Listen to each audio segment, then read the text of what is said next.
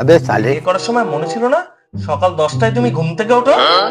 কি করে মনে থাকবে, তখন তো প্রেমে হাবুডুবু খাচ্ছিলাম।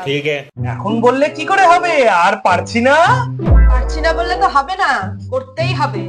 সকাল 10টায় ঘুম থেকে ওঠা ছেলেটা আজ সকাল 6টায় ঘুম থেকে ওঠে বাচ্চাকে স্কুলে দিতে দেওয়ার জন্য।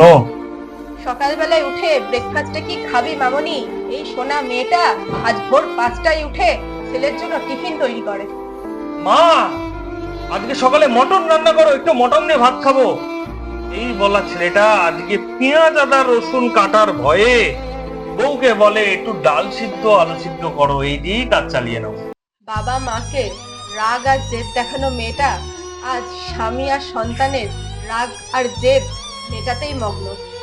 আপনার এটাই শান্তি, এটাই সংসার, এটাই আপনাকে মেনে নিতে হবে, না মানলেও কিছু করার নেই। বিয়ে যখন করেছেন তো এইভাবেই চলতে হবে। তো আমার মনে হয় এইভাবে মেনে নিয়ে শান্তভাবে চলাটাই বেটার। তাহলে পারফরমেন্স ঠিক দিয়েছি তো? ভুল দিয়ে দিই তো কিছু? তাহলে কিন্তু 10টা শাড়ি ডিল ছিল। তাহলে ডান তো এবার পুজোয়?